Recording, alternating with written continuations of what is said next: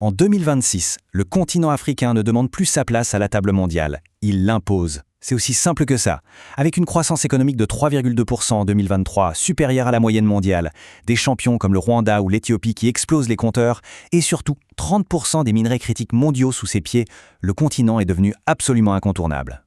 Mais attention, sans une vraie souveraineté affirmée, l'Afrique risque de ne pas survivre à cette nouvelle ère géopolitique, ou pire, de se disloquer. Alors préparez-vous, on plonge tout de suite dans ce décryptage complet. Voici notre feuille de route pour aujourd'hui. On va voir comment l'Afrique s'affirme, son vrai dynamisme économique, sa quête d'émancipation, la compétition mondiale féroce qui s'y joue, les véritables défis internes, et enfin, pourquoi 2026 est une année bascule. Allez, c'est parti. Chapitre 1. L'Afrique s'affirme, le changement de paradigme de 2026. Fini le rôle de simple spectateur, on assiste vraiment au réveil d'un acteur majeur et décisif. Pour bien comprendre ce qui se passe, il faut commencer par un chiffre qui donne tout simplement le vertige. 2,5 milliards. C'est la projection démographique du nombre d'Africains d'ici 2050. Imaginez un peu la taille de ce marché intérieur. On parle d'une jeunesse ultra dynamique, d'une force de travail colossale. C'est véritablement le socle qui va redessiner l'économie du 21e siècle. Chapitre 2. Économie, un dynamisme réel. Un élan qui offre aujourd'hui un tout nouveau levier de négociation sur la scène internationale. Et oui, l'Afrique dépasse le monde en croissance. En 2023, la croissance du PIB réel de l'Afrique s'établissait à 3,2%, dépassant la moyenne mondiale qui stagnait à 3%. Et si on regarde les champions régionaux, c'est encore plus fou. Le Rwanda affiche 6,5%, talonné de très près par l'Éthiopie à 6,7%.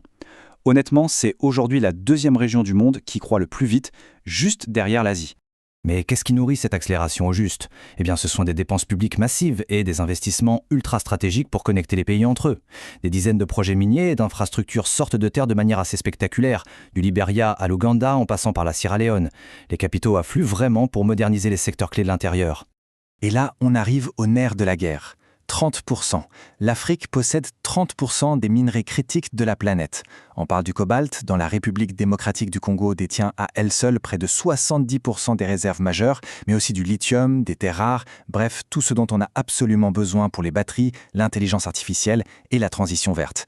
Ces minerais, c'est littéralement le pouvoir sur l'économie mondiale de demain, ce qui donne au continent un pouvoir d'arbitrage sans précédent. Chapitre 3. Émancipation et souveraineté. L'action politique et la création de nouveaux blocs. Car oui, cette puissance économique intrinsèque pousse inévitablement à exiger une vraie indépendance politique. Comme le disent beaucoup d'observateurs en ce moment, sans souveraineté, l'Afrique ne survivra plus. Et l'exemple parfait de cette révolution historique, c'est l'Alliance des États du Sahel, l'AS. Le Mali, le Burkina Faso et le Niger ont carrément claqué la porte de la CEDEAO pour former leur propre bloc souverain. L'objectif, une autonomie stratégique totale. C'est un rejet clair, net et assumé de l'ordre occidental classique. La mécanique de ce basculement est flagrante. D'un côté, on avait cette vieille dépendance historique aux armées et à la logistique occidentale, qui, soyons honnêtes, n'a pas réussi à stopper la menace terroriste au Sahel. De l'autre, on a cette nouvelle ambition farouche de bâtir une souveraineté sécuritaire gérée et intégrée à 100% par les États africains eux-mêmes. C'est un mouvement d'émancipation extrêmement profond. Et diplomatiquement, l'Afrique multiplie les initiatives pour briser son isolement. L'horizon s'élargit massivement. On a vu l'expansion des BRICS+, avec l'intégration notable de l'Égypte et de l'Éthiopie, l'Union africaine qui décroche enfin son siège au G20. Bref, maintenant l'Afrique décide avec les grands de ce monde et la coopération sud-sud n'a jamais été aussi puissante. Chapitre 4. Compétition mondiale et arbitrage, le grand jeu stratégique. Face à cette nouvelle donne, les superpuissances se battent. Mais c'est bien l'Afrique qui arbitre. Regardez ce tableau de la dynamique multipolaire, c'est fascinant. La Chine déploie ses routes de la soie 2.0 pour dominer le secteur des minerais critiques. Les États-Unis ripostent avec de la tech verte et des bases pour contrer cet axe sino-russe. La Russie, de son côté, tisse des alliances militaires serrées au Sahel via l'Africa Corps. L'Union européenne, elle, semble en plein déclin, omnibilée par les questions migratoires face à un véritable Sahel-exit.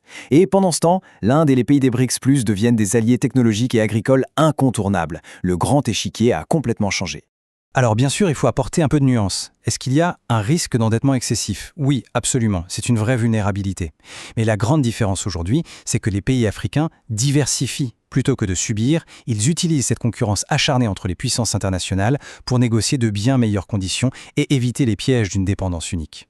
Chapitre 5. Les vrais défis internes. on va remettre les pieds sur terre, car les combats les plus déterminants pour le continent se jouent en fait à l'intérieur de ses frontières. Le contraste est vraiment saisissant entre le potentiel économique géant et les crises aiguës sur le terrain.